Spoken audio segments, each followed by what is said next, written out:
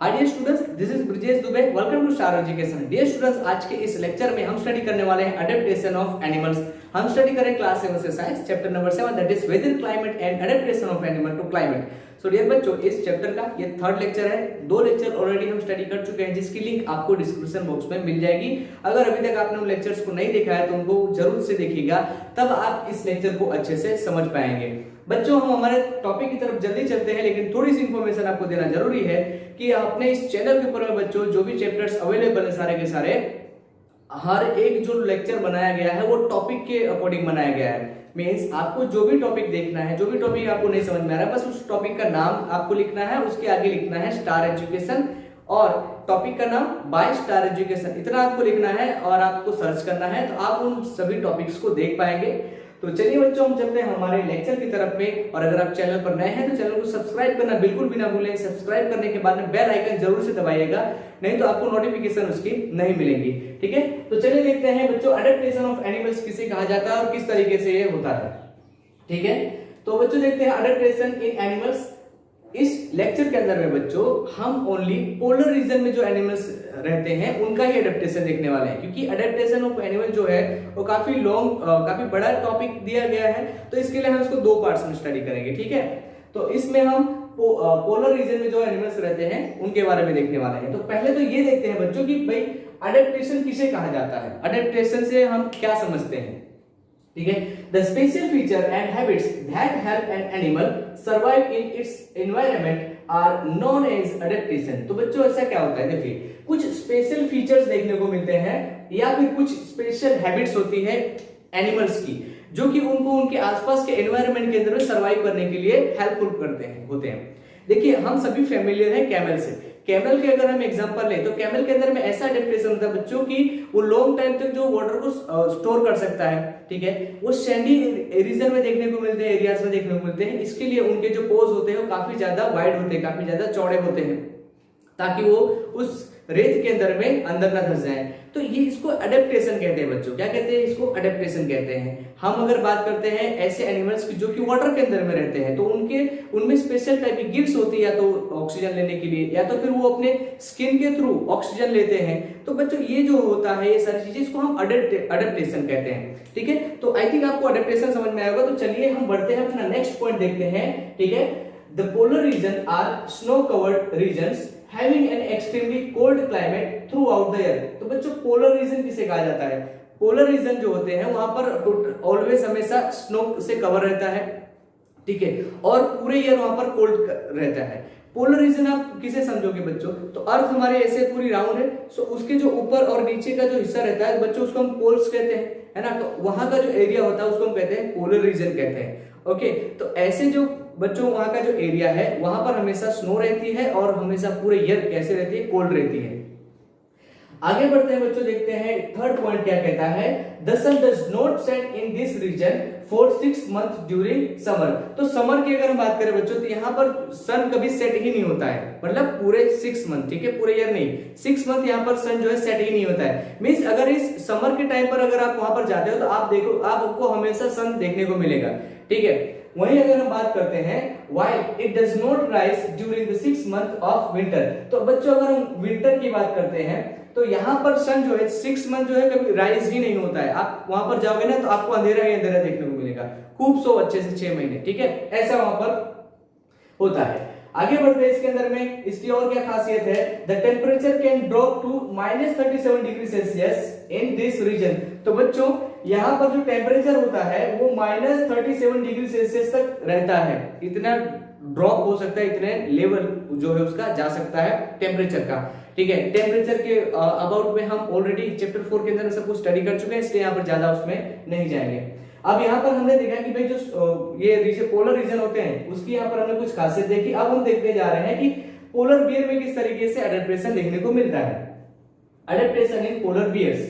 ठीक है, पहला पॉइंट देखते हैं बच्चों पोलर बियर के अंदर में। Polar bears have a white fur which allows them to blend in with their surroundings. तो बच्चों पोलर बियर्स जो होते हैं उनमें उनकी बॉडी पर व्हाइट फर आपको देखने को मिलता है। क्या रहता है? व्हाइट फर रहता है। अब ये व्हाइट फर उनको क्या हेल्प करता है? तो उनको आसपास के एनवायरनमेंट में, उनके आसपास के सराउंडिंग्स में, आसपास के एनवायरनमेंट में उनको ब्लेंड कर देता है, मिक्स कर देता है। हम सभी जानते हैं स्नो व्हाइट होती है, और ये जो पोलर बियर्स होते हैं बच्चों ये भी व्हाइट होता है, तो उनकी फर भी कैसी होगी, व्हाइट होगी। तो अगर कहीं पर पोलर बियर अगर आपको खड़ा है दूर से देखोगे ना आपको स्नो ही दिखेगी, ऐसा लगेगा कि वहां पर कोई स्नो खड़ा है, ठीक है ना, वह फिर स्नो है, आप देख करके नहीं पता लगा हुआ कि वो पोलर बियर है, ठीक है। ऐसा क्यों होता है, तो ऐसे इसके पीछे भी एक रीजन है।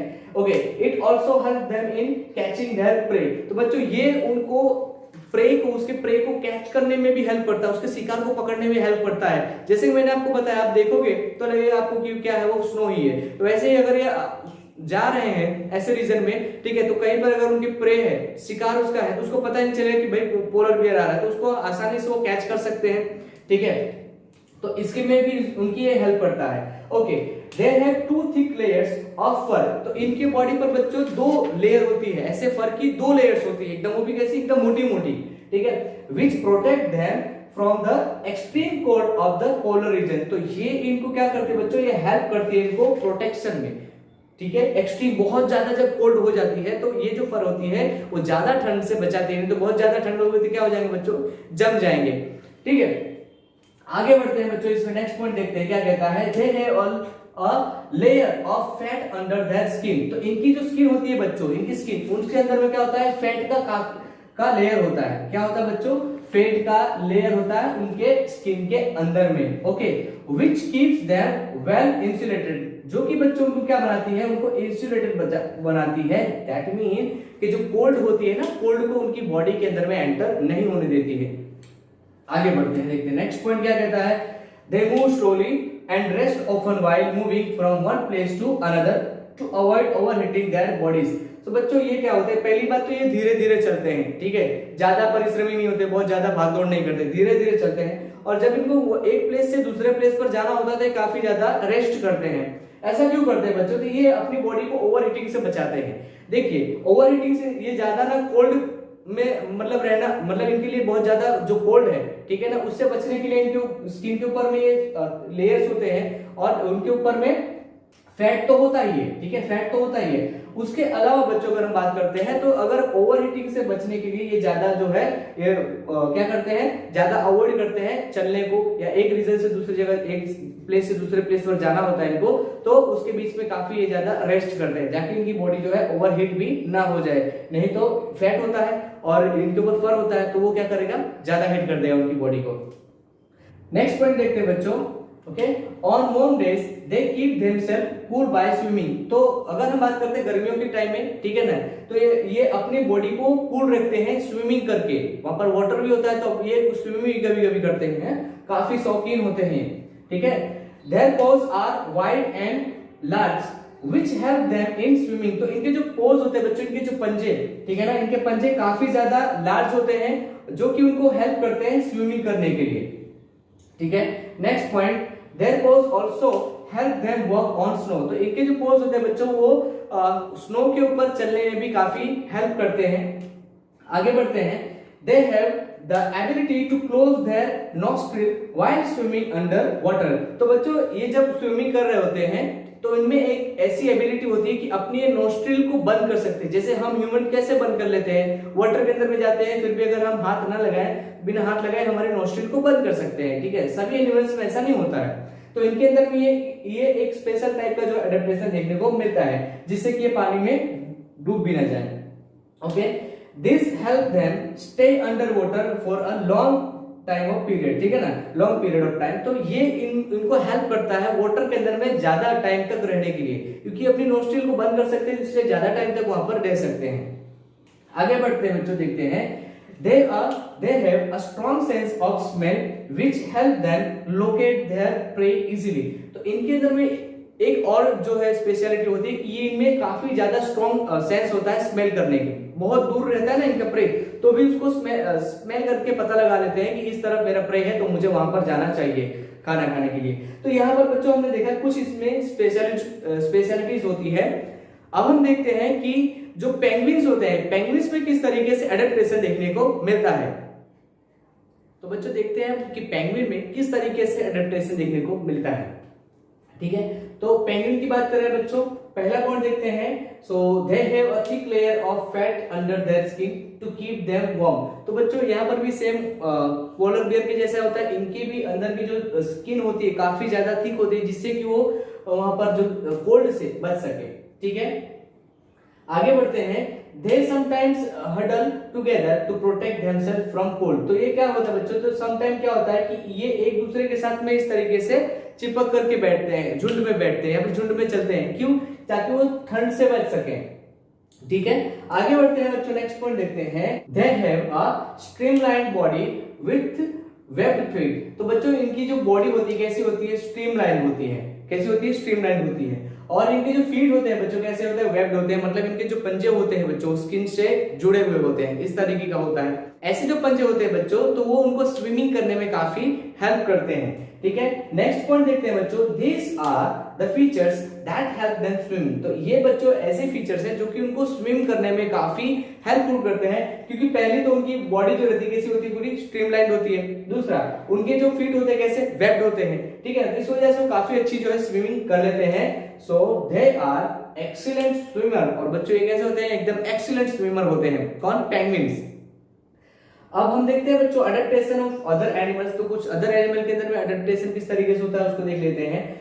Many other animals such as fishes, musk oxen, reindeer, foxes, seals, whales and birds live in the polar region. तो बच्चों ये सारे जो एनिमल्स हैं या फिर ये जो सारे बर्ड्स हैं ये पोलर रीजन में रहते हैं। ठीक है, ओके, नेक्स्ट पॉइंट देखते हैं। They survive the extreme climate of this region by adapting in several ways. तो बच्चों ये जो है वहां पर रहने के लिए डिफरेंट तरीके के जो है वो अपने सर्वाइलेंस ढूंढते हैं या फिर इनमें डिफरेंट टाइप की जो है अडेप्टेशन देखने को मिलती है। अगर एग्जांपल के तौर पे अगर बात करते हैं बच्चों, जो कुछ जो एनिमल्स होते हैं या कुछ बर्ड्स की बात करते हैं, ठीक है, तो वो कैसे? वो कोल्ड रीजन में रहने को पसंद करते हैं। जब वहां पर फिर से जो समर आ जाता है तो क्या करते हैं बच्चों? तो वो एक प्लेस से दूसरे प्लेस पर चले जाते हैं जहां पर की कोल्ड होता है। तो इस तरीके से बच्चों ये जो है सभी के अंदर में अडेप्टेशन देखने को मिलता है। आई होप बच्चों आपको ये पूरा जो टॉपिक है अच्छे से समझ में आया होगा।